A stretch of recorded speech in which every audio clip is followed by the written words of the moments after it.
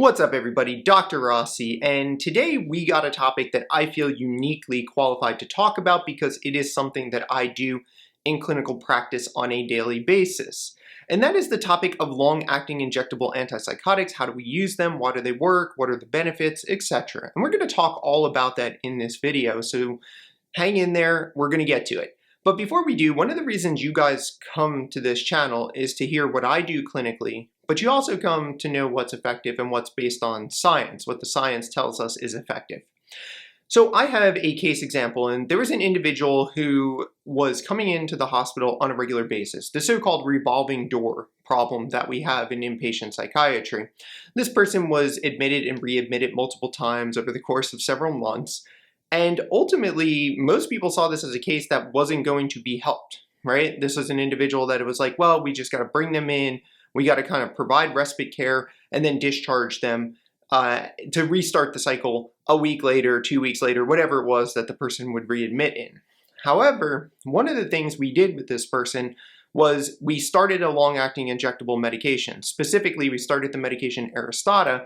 And because the person was readmitted so frequently, they were actually coming into the hospital approximately every 30 days. So every time this person ended up back on my service again and was readmitted, I would always administer the shot because we'd be right around the time to administer the next loading dose. And ultimately, this was extremely effective. By the end of a 3-month run, this individual went from somebody who was grossly psychotic, really very delusional, unable to hold any type of logical goal-directed conversation, to somebody that was able to hold a logical goal-directed conversation and make some improved medical decisions, as well as other decisions about this person's life. They were able to get out of the hospital, and they have since stood out of the hospital, knock on wood, and have, from what I understand, done quite well in the community, which is a good thing, because that's ultimately what we want.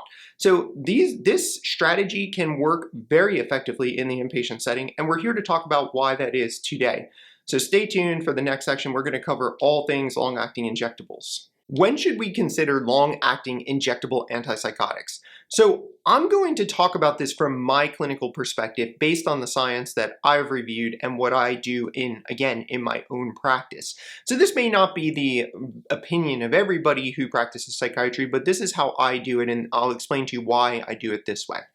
So anyone who meets criteria for a psychiatric disease that a dopamine blocking or antipsychotic medication would be considered the standard of care in, as far as treatment goes, I will consider a long-acting injectable antipsychotic in that individual, regardless of where they're at in the course of their treatment, regardless if they failed prior medication trials, etc. Now, this is going to be mostly, as I said in the first section, patients who fall into the schizophrenia spectrum and bipolar spectrum of illnesses. I do not actually use long-acting injectable antipsychotics in individuals with depression. So I will never use these medications as adjuncts for depression, even though commonly these medications are prescribed for depression. It just doesn't, the doses are a little too high. It's typically not what we would need to adjunct a depressive treatment. So that's one place where I don't actually use them. Now, some believe you should wait until the person has demonstrated an inability to adhere to treatment regimen before starting the long-acting injectable antipsychotics. But to me, that does not make any sense, and it goes against what the science tells us and what we know about these diseases. So we know, especially in first break psychosis, that every episode of psychosis leads to damage to the brain, and we only have a small window of approximately 3 years to establish that person in adequate treatment to prevent a significant functional decline. Ultimately, we want to get that person in treatment, we want to get them successfully started and adherent with treatment so that they don't have a precipitous decline in their ability to function, resulting in all kinds of problems, including socioeconomic issues. So we shouldn't really necessarily wait to offer these medications. In my practice, I will offer these medications to very early, again, to anyone who I believe fits criteria and who, of course, has demonstrated an ability to tolerate the medication, meaning they're not going to have an anaphylactic reaction or problem with the medication, and they've demonstrated some degree of efficacy, generally 20% better after 2 weeks. What about the differences in prescribing patterns between Europe and the United States? Because this is quite significant, and we see many, many differences here. So as you might be expecting, one of the big benefits associated with a long-acting injectable medication is improved adherence, meaning the person doesn't have to remember to take a pill every day at night or in the morning whenever they decide to take their medication. They have the medication on board for up to anywhere from 2 weeks to 6 months, depending on the formulation. We'll talk more about that in the next section. I don't want to go into that right here. And we know that individuals, especially early stage, like first break psychosis, early stages of treatment, same thing with bipolar disorder, first episodes of mania, for example, individuals often stop medication. And one of the main reasons they stop medication is because of poor insight and poor judgment, or what I would actually consider, in my case, impaired insight and judgment, right? I think of these individuals as being significantly impaired by the psychiatric disease that they are currently experiencing. However, whether you call it poor or impaired insight and judgment, that's one of the main reasons people stop medication. And one great way to avoid that would be to get this individual started on a long-acting injectable medication. Now, in Europe, people with primary psychotic disorders, 40 to 50%, so significant number, roughly, let's just say half of the people who come in with a primary psychotic disorder leave with a long-acting injectable medication. So half of those patients are going to be on long-acting injectables, where in the United States, that number is significantly lower. Approximately 10% of individuals with a primary psychotic disorder are on a long-acting injectable medication, which is very concerning to me, of course, as an inpatient doctor, because I think about this all the time working with my patients, and it's one of the main things that I consider, again, whenever I'm assessing an individual, especially someone who's had multiple hospitalizations and multiple relapses. Benefits of being on a long-acting injectable medication. Now, of course, I talked about this in the last section, and I said one of the biggest benefits is that the person doesn't have to remember to take a pill every day of their life, which can be concerning. And I always give the example in my own personal life that when I'm prescribed antibiotics or another medication from my primary care doctor, for example, I'm bound to miss 1 or 2 doses of that antibiotic because life gets in the way. I'm busy, I'm working, I got family obligations, I got fun things that I'm doing, etc., etc. Things get in the way of me taking medication, and it really gets in the way of my patients taking medication because many of them are dealing with significant psychosocial stressors and issues. Things like homelessness, for example, things like incarceration, things like family discord, significant family discord, food insecurity. There's many, many reasons. So you put that all together, the likelihood of these individuals missing medication doses is very, very high. So these formulations will last anywhere, like I said before, between 2 weeks and 6 months, depending on which one we're talking about.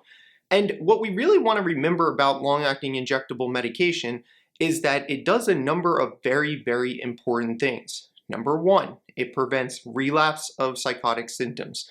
Extremely important, right? Every episode of psychosis leads to damage to the brain, so we're preventing relapse and frequency of episodes.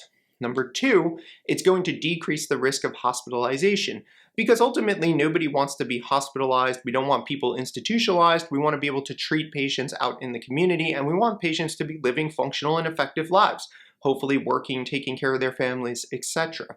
So this helps keep people out of the hospital. And the final one, which people often give me flack about, there was a video I did on Suboxone where people were like very shocked that this was a thing and were saying I was like telling lies and whatnot. But anyway, it decreases mortality. It decreases all-cause mortality. And that's very important because if you think about it, if you're adherent with these medications, and you're thinking in your right state of mind, meaning you're linear, you're coherent, you're goal-directed, you know what's going on around you, you're not experiencing delusions, hallucinations, things of that nature, you're going to make better decisions about your health. You're going to eat healthier food, you're going to take care of your body better, you're going to make it to your doctor's appointments, right? You're going to treat your diabetes appropriately, your cardiovascular disease appropriately, all of which wouldn't be possible if you were having significantly impaired judgment and insight.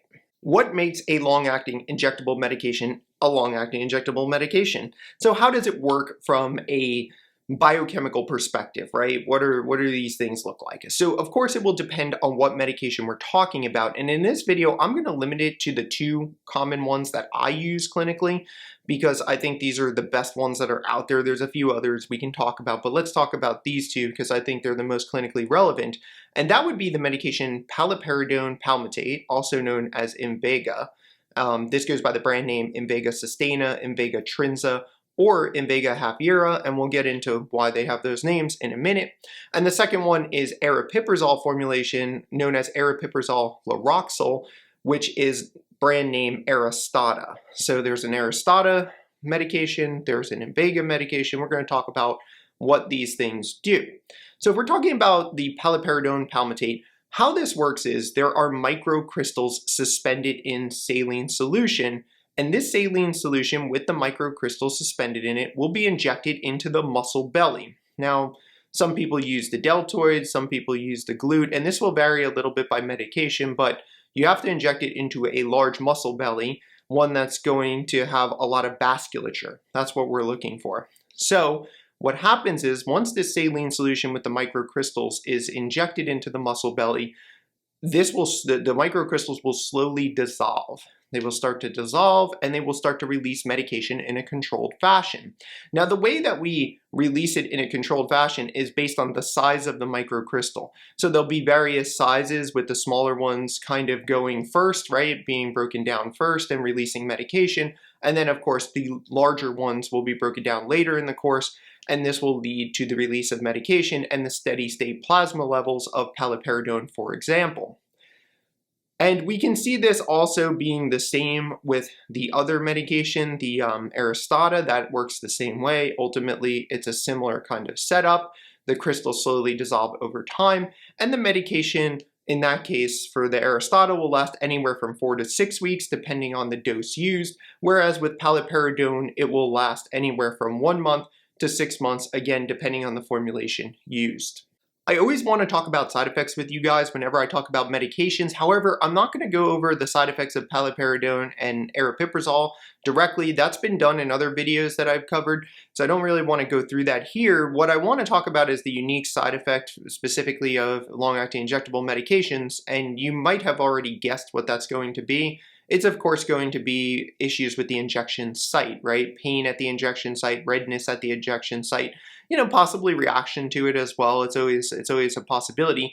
Remember, I did say to you guys before that I always test the medication out in a PO form, oral medication first, to make sure that the individual is not going to have an anaphylactic reaction, because once you inject these medications, there is no way to get them out of the muscle. So that's something you should be cognizant of. One thing that might favor long-acting injectables over PO medication is that they lack the sharp increases or peaks and troughs consistent with oral medication. So for example, when I take my medication at 8 a.m. in the morning, it reaches a plasma peak after a certain amount of time, and then it will drop down to a trough later on as the half-life, depending on the half-life. Right? It will reach a trough, a low point. And with oral medication, that zigzag is consistent. It's like very many spikes in plasma levels and troughs, right? Which is not what we want. What we want is like a smooth curve, a smooth increase. And that is where the long-acting injectables are a little bit better. And that actually might reduce side effects, because we know many side effects correlate with peaks in plasma levels, which the long-acting injectable is going to avoid. Now we can start talking about the specific medications. I'm going to start with the paliperidone palmitate. So paliperidone palmitate, like I said, is sold under the brand name Invega, and you can find 3 different formulations depending on the amount of time the formulation lasts for. So there's Invega Sustenna, which is monthly.